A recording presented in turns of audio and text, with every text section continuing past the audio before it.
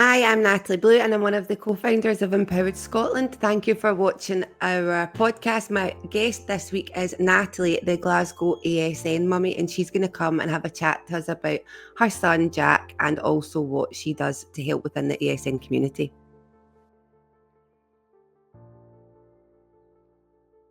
So first of all, can we start off with, can you tell everybody about your son, Jack? Can you tell us how old Jack is and what his diagnosis was and a bit of the process of that? Sure, yeah. So Jack is 6.5, and he was diagnosed with a condition called VACTERL syndrome, and he is non-verbal autistic with severe learning disabilities. He got diagnosed just before his third birthday, and that was just through his paediatrician and the team at the Glasgow Health Centre. So yeah, that's when he got diagnosed and where he got diagnosed.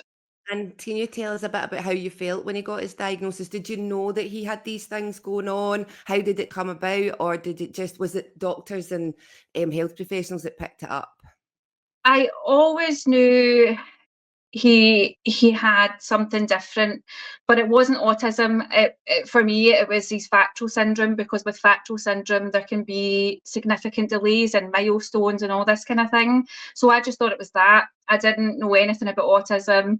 His paediatrician did mention it to me when he turned 1, and I kind of shut her down quite quickly, and I was like, no, you have to let him develop. He has these medical conditions, you don't know what the future is going to look like. I was very much a denier of it at the time, which I'm upset about now looking back. But I think it was a process I had to go through to finally I think, realise. yeah, and I think a lot of parents would relate to you with that, because I think that is a process a lot of people go through. So Yeah. what about in regards to nursery and school? How did Jack get on with that? Where did Jack go? Did he go to a mainstream setting or was he put in a provision? So he got offered a high priority place at a mainstream family centre out this way, and he was 2.5. And quite quickly, the staff had let me know that he just wasn't settling. I knew he wasn't settling because he was only lasting like 20, 30 minutes. I was in the car park crying most days. The staff would bring him out. He couldn't handle the busyness. The staff, I don't think, were equipped well enough for his needs, and they had suggested about him going to an all ASN provision family centre. And then we met with educational psychologists, came out, did a quick review and agreed the same thing. And then it was just a kind of quick process after that. And that was And in nursery still? That was still in a nursery setting to go to yeah, an ASN nursery, yeah. yeah, yeah. So it was the mainstream nursery that had kind of set all that up. Again, still at the time, I was very much fighting against it. I was very much like, he's still young. I want him to be around children who speak, talk, social interactions, because I thought that would help him progress that way, not realising that actually it was more damaging for him in our circumstances, just because he was so upset all the time. And how did you find he was once he moved to that provision? Do you feel he settled and did you think that was the right choice? Within the first week, I seen a massive difference, and the head of the family centre there was just amazing with me, amazing with Jack. The staff welcomed us with both open arms, and that first week, it was like that was when I realised, I think, yeah, he's in the right place now. He's in So the right place. what's nice for us to hear is, obviously, as a campaign, we have a lot of negative stories, and your story Yeah, seems to be, you've still had, when I say positive story, you've still had to go through, the acceptance of the diagnosis and understanding what Jack's needs are. But for yeah. you, and the end up, he was in the right place. And is Jack now in primary school? He is, yes, he's in primary too. So the ASN provision that he was in, so he started in the family centre, then it goes into the primary school, and then it goes into the high school. It's all within the one same building. So I'm very, very lucky with transitions, and everything that we needed to get put into place, they kind of take care of all of it for you. You just attend the meetings, you talk through the process, and then they kind of handle everything for you. So I'm extremely, extremely lucky, and I feel this is the way forward for more ASN provisions, more schools to be this way, to run this way, because it makes my life as an ASN mum easier and the transitions for Jack run more smoothly. Yep, no, I have to agree with you there. So, can you tell me a bit about you yourself campaign to to have venues more inclusive to ASN children? So, how did that come about, and can you just tell us a wee bit about it?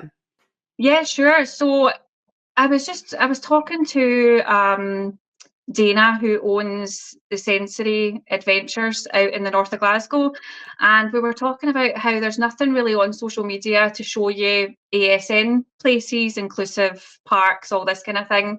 So I was like, you know what, I'm going to do it. And then I started uploading videos of places I found inclusive ASN events, all these kind of things. And then my video that took off was the M&D's video when I called out M&D's theme park, and I was just fed up of Not like being. an I felt ASN mum to like a rant. no, I know, I know. I just felt like I was being ignored in the emails, and they weren't answering me. So I called them out on TikTok. And to be fair to them, they got me in for a meeting. We have a really good relationship now with everything, and that's kind of where it snowballed from. And then other businesses were reaching out, and yeah, it just kind of snowballed from there. And now I'm working with a lot of businesses to try and make more ASN sessions accessible, and not just, that like they turn the hand dryers off, the lights are dimmed, all these kind of things. Well, these things are good in place. I feel like there's so much more to ASN than just those specific things. We chatted recently, and one of the things that you said to me is you get parents coming into your sort of DMs asking questions. Can you tell me sort of what sort of things, other than inclusive venues, what sort of things are parents' concerns and flagging up to you? Schooling's a big one. Asking about care plans and how do they go about basically asking for help with the fight, like how can they write emails, what kind of support can they get. Some parents didn't even know what an educational psychologist was, which I find mind-blowing. Yeah, with regards to education, that's what I get asked a lot about, and groups, parent support groups, and any kind of meet up places that we can take our children to in a kind of less judgy environment. Those are like the main things that come up a lot. A lot, yeah.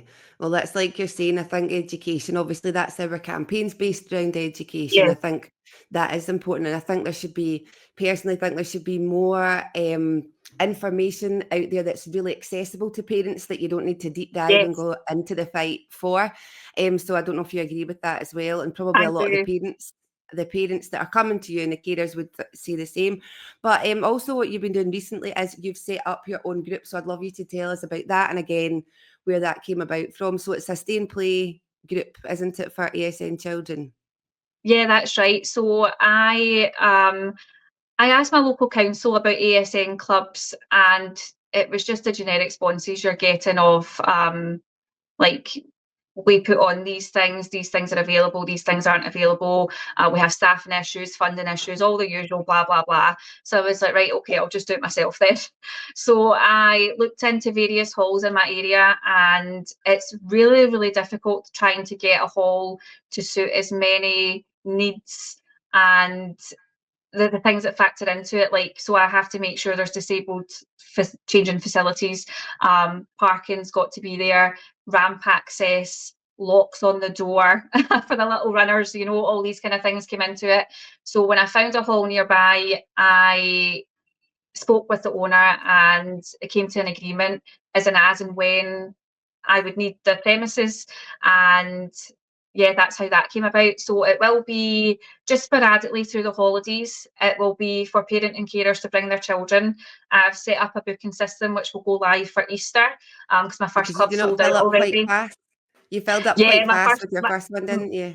my first one sold The out power within of less than social 24 media. hours.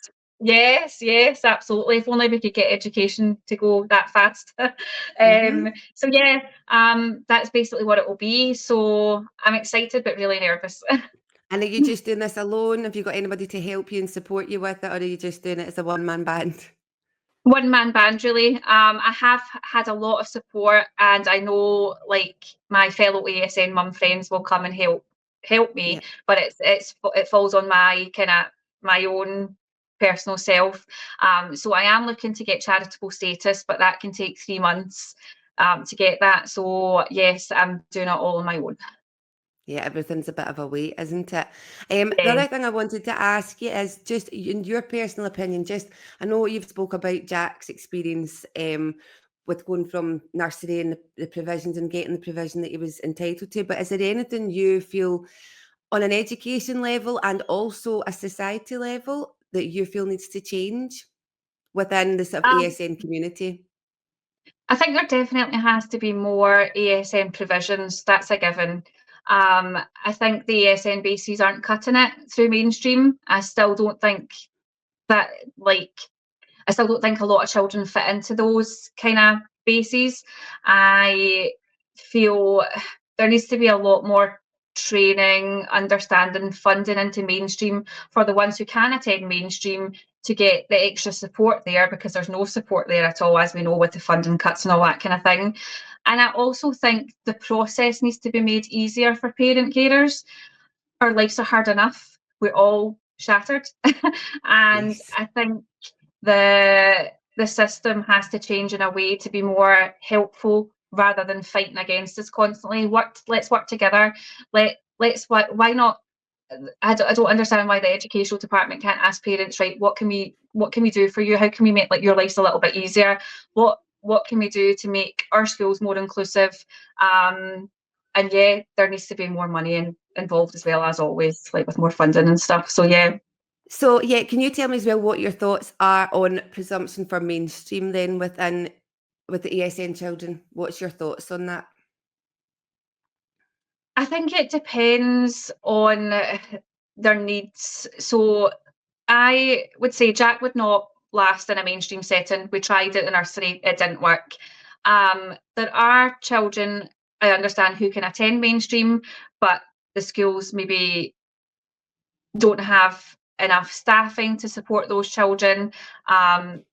Even for a lot of parents, it's hard just to even get their children out their doors to go to school. So I think something there needs to change as well with all of that, as you Yeah, are I aware. know that well. Yeah.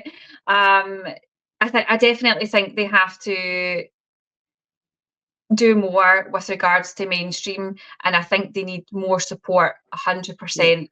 So Um, presumption for wh- mainstream with more staff and more funding and more support, yeah, you feel, yeah. yeah. So Natalie, could you tell us then a wee bit about, you mentioned Jack has Vactal syndrome. Could you just tell us briefly, what that looks like day to day? So he was born with Vactal syndrome, and he didn't get diagnosed till he was about 18 months because they had to do a lot of genetics testing and different tests to rule out other things. And they came up with the diagnosis of Vactal syndrome. So Vactal syndrome isn't a genetic condition. It can happen in the womb and it's just sporadic. And it's different parts of the body that are either missing or didn't develop properly. So we spent the first 2 years in hospital, in and out of hospital. He still gets monitored yearly by each different department. I think he's under like 9 or 10 different specialists for different parts of the body. We have cardiology, urology, endocrine, orthopedics, plastic surgeon, all these kind of different doctors.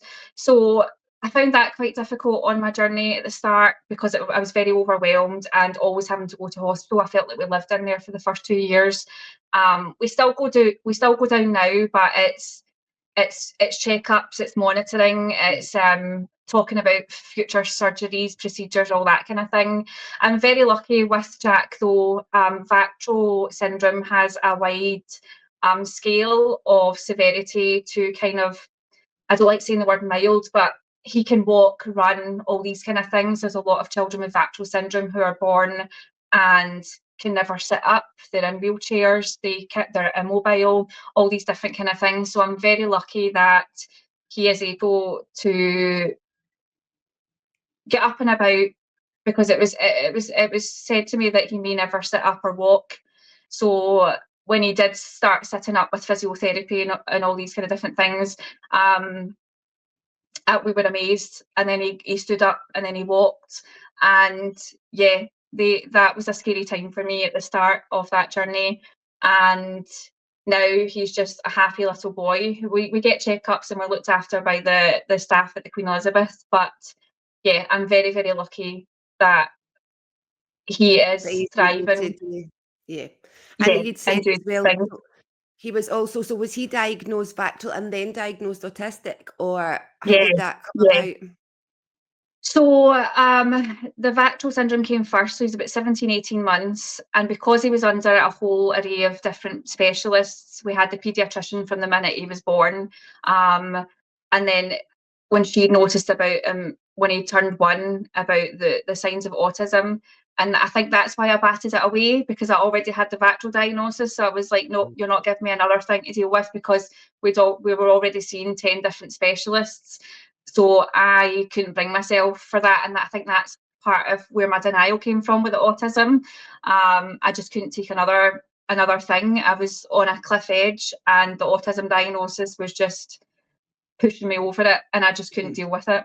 So I think that's what happens once you get with an additional support need a diagnosis. It does start to snowball, and you start to get other diagnoses here, there, and I think that can be really overwhelming for parents and carers, and obviously as well for some of the children. They obviously know what's going on. Some of them are very young, but there's, I suppose, an older child as well. Natalie, thank you so much for coming on and chatting to us today and telling us all about Jack's story. And obviously what you're doing yourself is great. I know that you're on Instagram as the Glasgow ASN Mummy, and people can follow you there and see your stay and play.